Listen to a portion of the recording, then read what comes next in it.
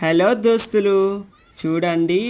ఇది వచ్చి నెల్లూరు పెన్నా నది. ప్రతి ఒక్కరికి తెలుసు. తెలియని వాళ్ళ కోసం నేను ఈ వీడియో అప్లోడ్ చేశాను. చూడండి, నీళ్ళు మాత్రం లేవు. ఎందుకంటే సమ్మర్ కాబట్టి ఇది నీళ్ళు లేవు మొత్తానికి. ఎందుకంటే నేను ఇంతకు ముందు ఆ వీడియో ఎత్తాను, అది క్లారిటీగా లేదు. అందుకని నేనైతే ట్రైన్లో పోతే ఈసారి మంచిగా ఈ వీడియో తీశాను. చూడండి, అది మాత్రము కొత్తగా కట్టిన నెల్లూరు బ్యారేజ్ చాలా మంచిగా కట్టారు. ఫైనల్గా అయితే మొత్తానికి అయితే కంప్లీట్ అయిపోయింది ఆ బ్యారేజ్. ప్రతి ఒక్కరు చూడండి, నా వీడియోస్ చూసి ప్రతి ఒక్కరు లైక్ చేయండి, షేర్ చేయండి.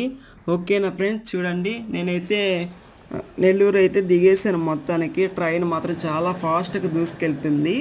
వర్షం పడుతుంది ఆ పక్కన. మళ్ళీ అయితే నేనైతే చాలా కూల్గా అనిపించింది. నేను మార్నింగ్ ఉదయాన్నే దిగాను అక్కడ. వర్షంలో మాత్రం చాలా కూల్గా అనిపించింది. ప్రతి ఒక్కరికి ఎలా అనిపించిందో మీరు చెప్పండి, కామెంట్ పెట్టండి.